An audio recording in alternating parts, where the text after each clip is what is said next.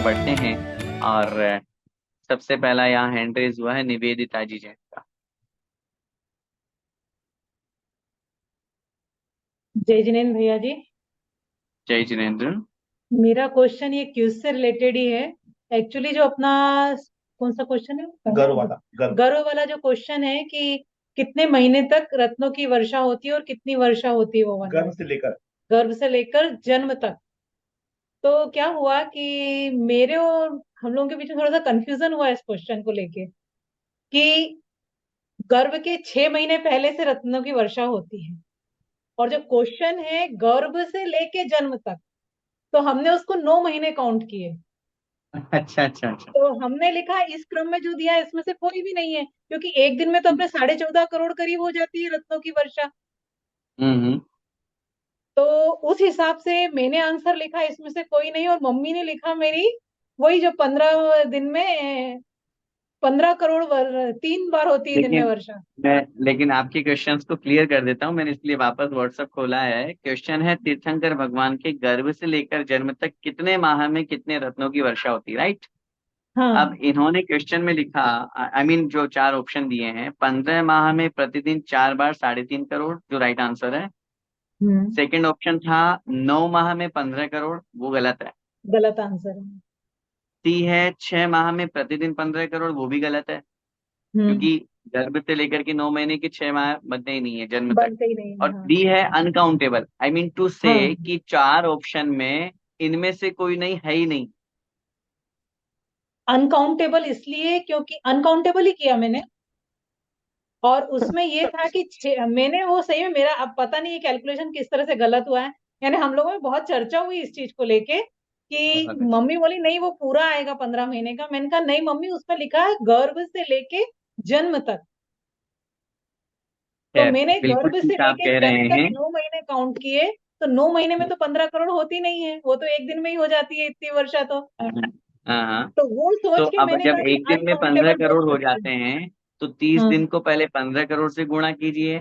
फिर जितनी संख्या है उसको 9 से गुणा कीजिए, अगर केवल 9 माह लगा रहे हैं तो। तो भी उसमें नहीं थे ना, ऑप्शन ही नहीं था ना उसमें इतना वाला। वही मैं बात कह तो ये रहा थी ना, हूँ। इसलिए इस भी कह रहे हैं। चलिए ठीक, ठीक यानी है। वो मेरे सोचने का वो रह गया उसमें। समझिए, आपका प्रश्न हम्म। बहुत अच्छा है। और इट्स ट्रू कि कहीं ना कहीं एक क्वेश्चन लिखने में हो सकता है हमसे भूल हो गई हो। वैसे नहीं नहीं, भूल सिंपली एक नहीं, माइंड अगर में जो ऐसा कुछ फीट है तो चल। हम उसको कैसे क्लियर करें? अगर अगली बार हमारे दिमाग में ये चीज आती है क्वेश्चन को लेके, तो हम उसको मैं कैसे वही इमीडिएट क्लियर कर सकते हैं? राइट राइट, मैं वही वही आंसर दे रहा हूँ कि एक्चुअली जब क्वेश्चंस बनाए जाते हैं या क्वेश्चंस होते हैं, तो एक नॉर्मल ये होता है कि गर्भ में कितने समय तक रत्नों की वर्षा होती है। तो एक हम्म। नॉर्मल चलता है कि हाँ, गर्भ काल में रत्नों की वर्षा होती है। लेकिन जब अपन हम्म। प्रमाण देखते हैं या मूल चीज जो है, या वो अपन भूल जाते हैं कि नहीं, गर्भ में आने के 6 महीने पहले से रत्नों की पहले वर्षा से शुरू वर्षा हो रही है। होती है। तो वो एक सीक्वेंस में, या यूं कहें फ्लो फ्लो फ्लो में। में फ्लो में बोलने में लिखने में आ गया कि गर्भ से लेकर के हम्म। जन्म तक कितने रत्नों की वर्षा, कितने माह तक क्या हुआ। राइट आंसर तो वही है कि प्रतिदिन पूरे 15 माह तक रत्नों की वर्षा प्रतिदिन 3.5 करोड़, मतलब 4 बार होती है, तो 14 करोड़ एक दिन में बरस रहे हैं। लेकिन आपने जो माइंड लगाया और जो क्वेश्चंस पे आपने ध्यान दिया, उनकी बारीकी पे, उनके शब्दों पे, वो काबिले तारीफ भी है। ऐसे ही होना चाहिए। मैं तो सबको कहूंगा कि जिनके 100% मार्क्स आए हैं, हो सकता है उन्होंने फ्लो फ्लो में आंसर दे दिया हो, लेकिन आपने उसमें माइंड लगाया। इट्स ट्रू, होना चाहिए। लेकिन राइट आंसर वही है। अनकाउंटेबल को हम इसलिए राइट नहीं मानेंगे क्योंकि वो काउंटेबल है। अपनी अपेक्षा से अनकाउंटेबल अपन को लग रहा है कि उसकी गुणा बाकी हाँ। जोड़ भाग अपन नहीं लगा पा रहे हैं, कितनी तक संख्या आएगी। लेकिन चूंकि काउंटेबल तो है ही, इसलिए क्योंकि अपने यहाँ पर असंख्यात जो विषय होता है, ये अवधि ज्ञान और मनः परिज्ञान का विषय होता है। मति ज्ञान और शुद्ध ज्ञान से संख्यात को जाना जा सकता है। और चूंकि रत्नों की संख्या तो बहुत अधिक होती है, उनको हम भले ही अपन नहीं काउंट कर पा रहे, एक पूर्व कोटि तक की संख्या को संख्यात कहा है। अब अपन कांट इमेजिन एक पूर्व कोटि की अपन लिख ही नहीं सकते। एक सवाल ही जस्ट नहीं एग्जांपल उठता। समझिए, मैंने शायद पहले क्लास में बताया हो। 84 लाख वर्षों का एक पूर्वांग होता है, एंड 84 लाख पूर्वांगों का एक पूर्व होता है। It means 84 lakh, 84 lakhs into 84 lakhs equal to 7056 के आगे 10 टाइम्स जीरो। 7056 के आगे 10 टाइम्स जीरो लगाएंगे। ये 14 की जो संख्या आई है, 14 नंबरिंग जो आई है, ये कहलाता है एक पूर्व। अब इस एक पूर्व में एक कोटि पूर्व लगाओ, एक पूर्व कोटि, करोड़ से गुणा कर दो इसको।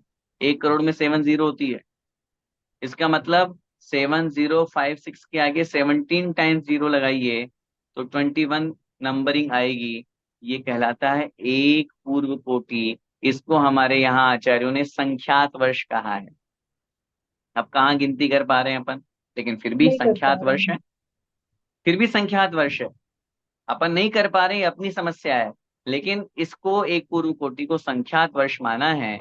अगर इस एक पूर्व कोटि में एक समय भी ज्यादा हो गया तो असंख्यात वर्ष की आयु हो जाएगी और वो भोग भूमि में जन्म लेगा।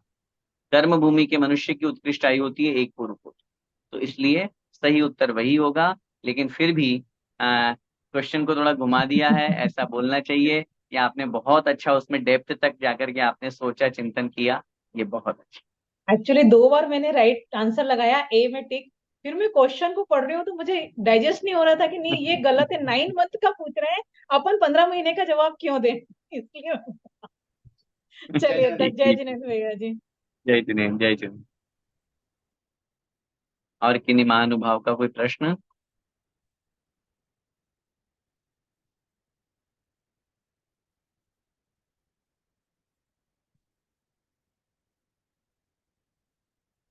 नेहा जी जिन। जय जिनेन्द्र भैया जी।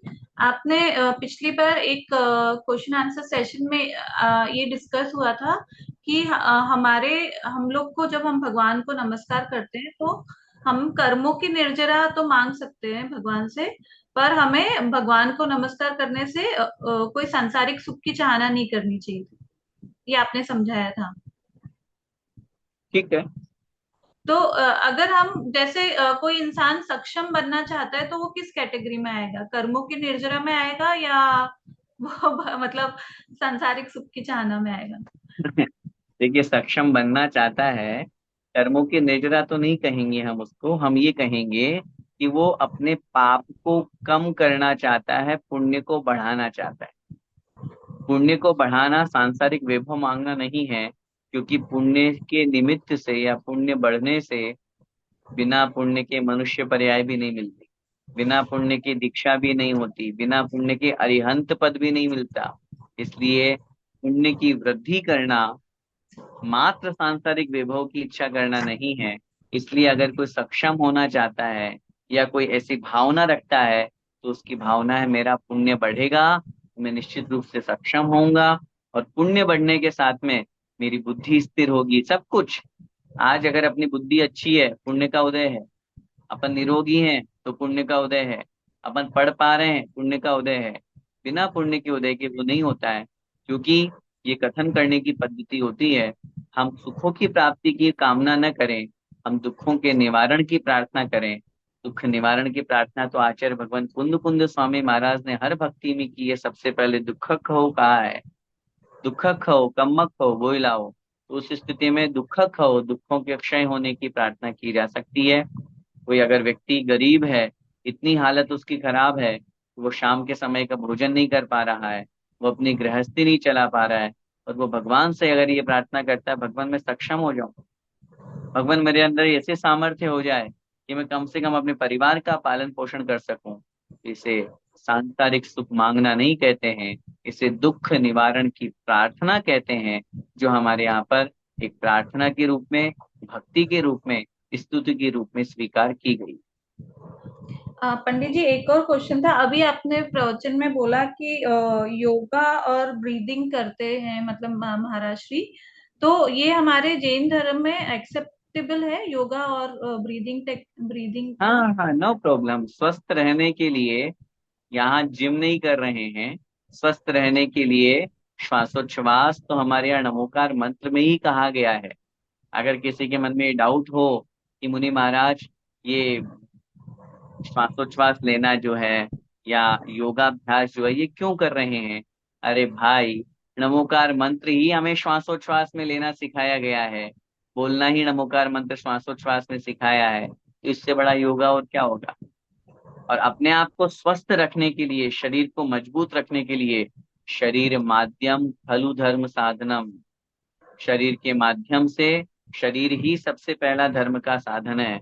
और शरीर यदि रोगी हो गया तो, यदि हमने श्वासोच्छ्वास नहीं किया, प्राणायाम नहीं किया, हमने योगा भी नहीं किया, शरीर तो मोटा है, बढ़ता जाएगा, खाओ पियो, शिथिल हो जाएगा, बीमार हो जाएगा। लेकिन योगाभ्यास से शरीर चुस्त रहता है, दुरुस्त रहता है, स्फूर्ति वाला रहता है। इसलिए योगाभ्यास का कोई निषेध ही नहीं है, बल्कि करना ही चाहिए, करते ही हैं। उसमें कोई दोष थोड़ी ना है। हाँ, हाँ, अगर कोई मुनि महाराज डंबल उठाएं, जिम करें, तो वो गलत हो जाता है। बॉडी नहीं बनाना है, बॉडी को स्वस्थ रखना है।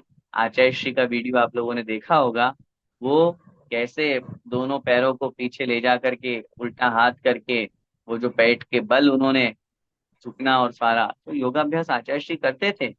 ये चीज हमको पहले से पता थी, वीडियो तो बाद में आया। लेकिन न केवल आचार्य श्री, बल्कि हर साधु करते हैं। पैदल चलना भी योगाभ्यास है, बिना चप्पल पहने भी चलना योगाभ्यास है। ये सब शरीर को नग्न रख लिया, ये कितना बड़ा योगाभ्यास है। सर्द गर्म सब सहन कर रहे हैं, इसलिए वो तो सबसे पहली सीढ़ी है, इसलिए कोई आपत्ति नहीं। ठीक, धन्यवाद पंडित जी। जय जय। चंद्रगुप्त जी।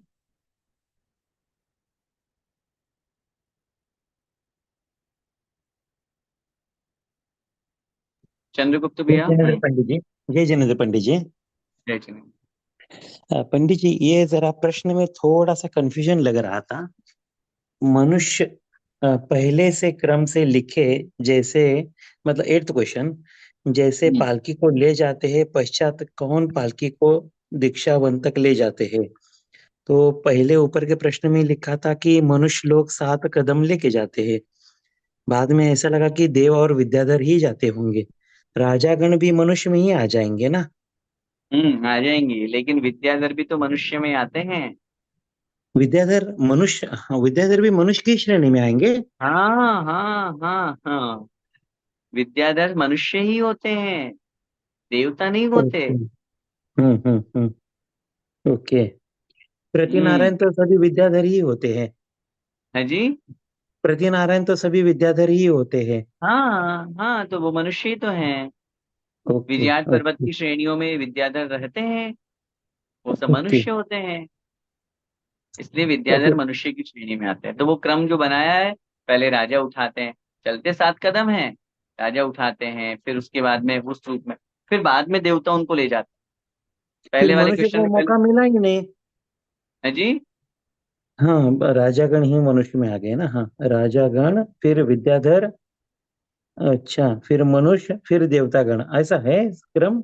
हाँ, हाँ, मतलब आई मीन टू, राजागण विद्याधर, विद्या वहां विद्या के प्रयोग से नहीं लेके जाते विद्याधर। आप हम्म। ये समझे कि वहां जैसे विद्याधर आकाश में उड़ते हैं तो ऐसे पालकी को वो आकाश में उड़ा लेते होंगे, नहीं, वो तो देवता ही लेके जाते हैं।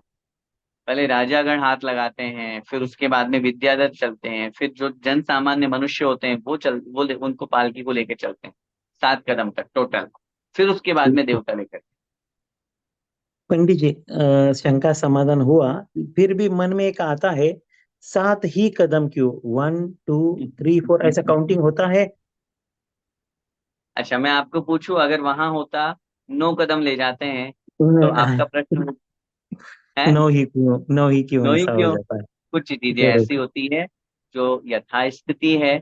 जैसे जैसे ही आचार्यों ने शास्त्रों में लिखा, जैसे ही तीर्थंकर बालक का जन्म होता है, सौधर्मेंद्र को आसन कंपित होता है, अवधिज्ञान से वह जानता है, और जैसे ही जानता है तीर्थंकर का जन्म हुआ, वो अपने सिंहासन से उठता है और 7 कदम आगे जा करके और भगवान को नमोस्तु करता है।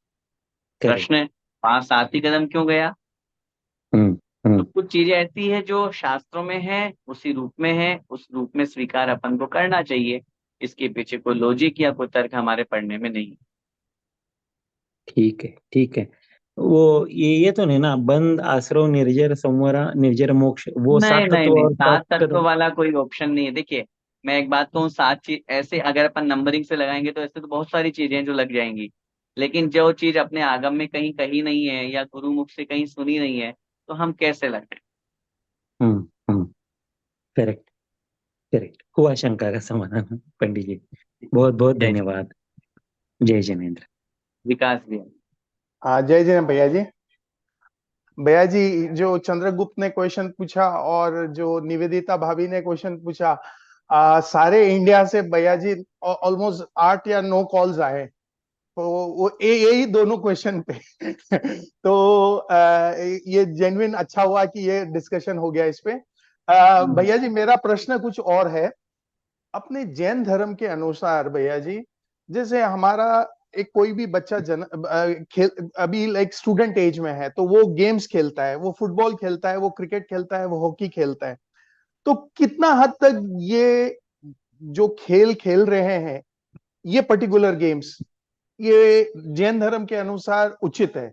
क्योंकि ये सब में आप गौर करिए, चमड़े का बॉल यूज होता है, फुटबॉल चमड़े का होता है, वॉलीबॉल चमड़े का होता है, तो मैक्सिमम जो बॉल्स होते हैं, या फिर अपन जब ग्राउंड पे खेलते हैं तो वो ग्रीन ग्रास में होता है। तो ये सब जितने भी हैं, ये हमारे धर्म के अनुसार कितना उचित है, कितना मतलब, क्योंकि लोकल जो अपना नॉलेज है वो तो कहता है कि ये नहीं खेलना चाहिए। ठीक है, बहुत अच्छा क्वेश्चन विकास किया। देखिए, सबसे पहली बात तो जैन धर्म के अनुसार हमें कौन सा खेल खेलना चाहिए, तो हमारे यहाँ पर शास्त्रों में या आचार्यों ने जो ग्रंथ लिखे उनमें कहीं पर भी इस प्रकार की क्रीड़ाओं का वर्णन नहीं। पहली बात, चाहे हम आदिनाथ भगवान की बात करें, चाहे महावीर भगवान की बात करें, उनके बाल्यावस्था में जो मित्र हुआ करते थे, ये जरूर हमारे शास्त्रों में लिखा है, मित्रों के साथ वो उपवन में गए, मित्रों के साथ उन्होंने वहां पर भ्रमण किया, क्रीड़ाएं की। लेकिन अब चूंकि क्रीड़ाएं की, मैं ये नहीं कहूंगा कि बचपन में या किसी भी एज में हमें खेल नहीं खेलना चाहिए। खेल खेलना हमारे जीवन का अंग है। खेल खेलना अपने आप के मनोरंजन को, अपने आप के मन को बनाए रखने का एक तरीका है। फर्क सिर्फ इतना है, साहित्यकार साहित्य को पढ़ करके मनोरंजित होते हैं, आचार्य भगवंत अपने शब्दों के जादू के माध्यम से खुद भी हंसते थे और दूसरों को भी हंसाते थे। तो सबका अपना अपना खेल हुआ करता है। खेल कौन सा खेलना है, किसी खेल में मानसिक उच्चता होती है जिसमें मेंटली आपको बहुत ध्यान देना पड़ता है, किसी में आपको शारीरिक उच्चता होती है, शरीर को बलिष्ठ बनाना पड़ता है। लेकिन हाँ, मैं ये जरूर कहूंगा, जब आपने धर्म की अपेक्षा से प्रश्न किया है, हमें उन खेलों से बचना चाहिए जिसमें हिंसा होती है। और हिंसा मैं कहूंगा, कोई भी व्यक्ति ये कहेगा हिंसा तो सब में ही होती है, चाहे उसमें द्रव्य हिंसा हो चाहे भाव हिंसा हो। कोई कह सकता है, आप कहो कि चेस में हिंसा नहीं होती, तो वो बोलेगा चेस में तो भाव हिंसा होती है, ले मैं तेरे घोड़े को मारता हूँ, ले तेरे में इसको बजिए, तो वहां भाव हिंसा का भाव आ जाएगा। कोई अगर बैडमिंटन खेल रहा है तो उसको अपन शटल को चिड़िया भी बोलते हैं, तो उसको मारने का भाव। ताश पत्ती खेल रहा है तो ले मैं तेरी इसको काटता हूँ।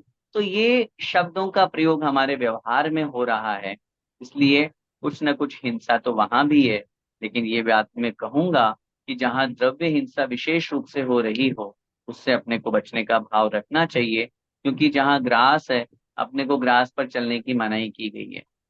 जहां चमड़े की वस्तुएं जो अपन स्पर्श कर लेने पर स्नान करने का उपदेश शास्त्रों में दिया गया है, अगर अपन उसके माध्यम से खेल रहे हैं और फिर कुछ नहीं किया और आके सीधा भोजन कर लिया, तो फिर हम शुद्ध कहाँ हुए।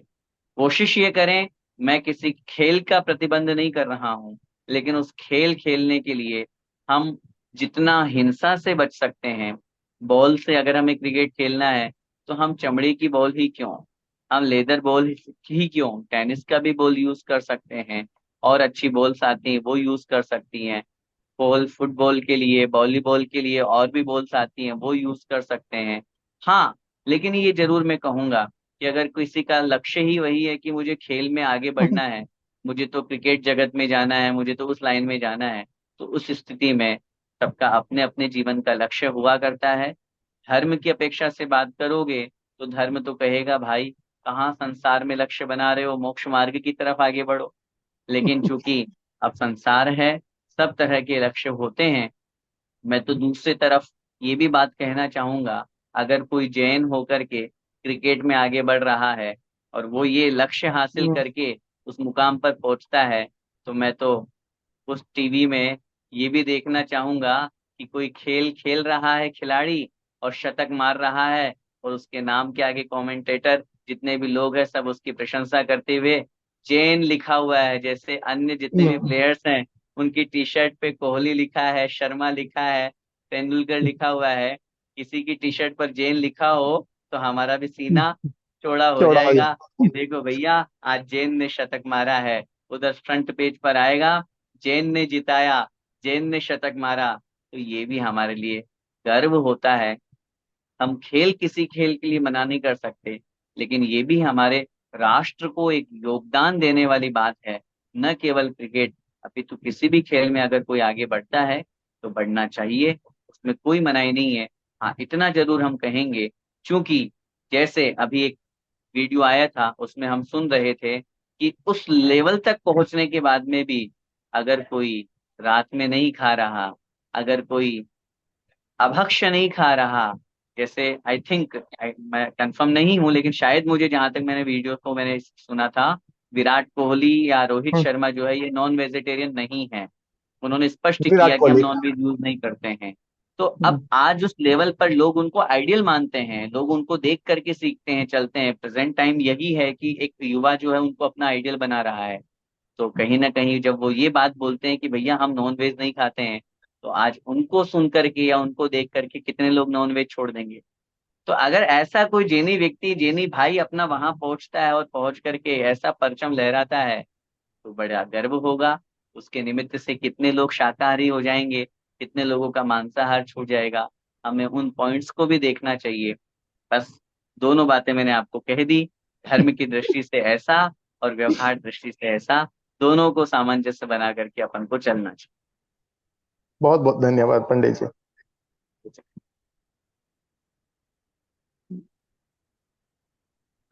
आइए जिनवाणी स्तुति करते हैं।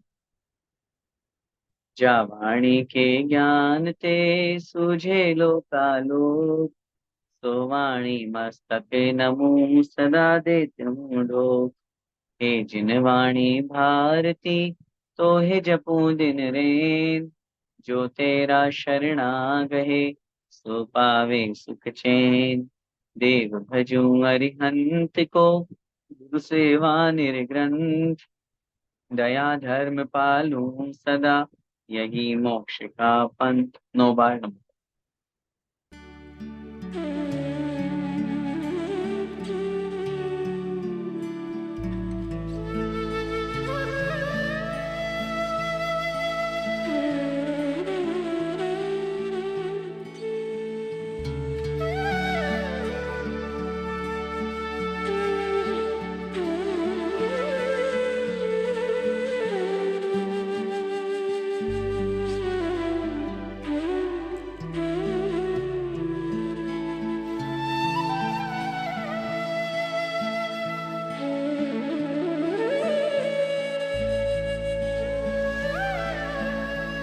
द्वादशांगमयी जिनवाणी माता की जय। जय जय जय शिरोमणि आचार्य भगवंत 108 श्री विद्यासागर जी महामुनिराज की जय। जय परम गुरुदेव निर्यापक श्रवण मुनि पुंगव श्री सुधा सागर जी महाराज की जय। जय अष्टानिका महापर्व की जय। जय सभी को सादर जय जिनेन्द्र। जय जिनेन्द्र। जय जिनेन्द्र। जय जिनेन्द्र। जय जिनेन्द्र।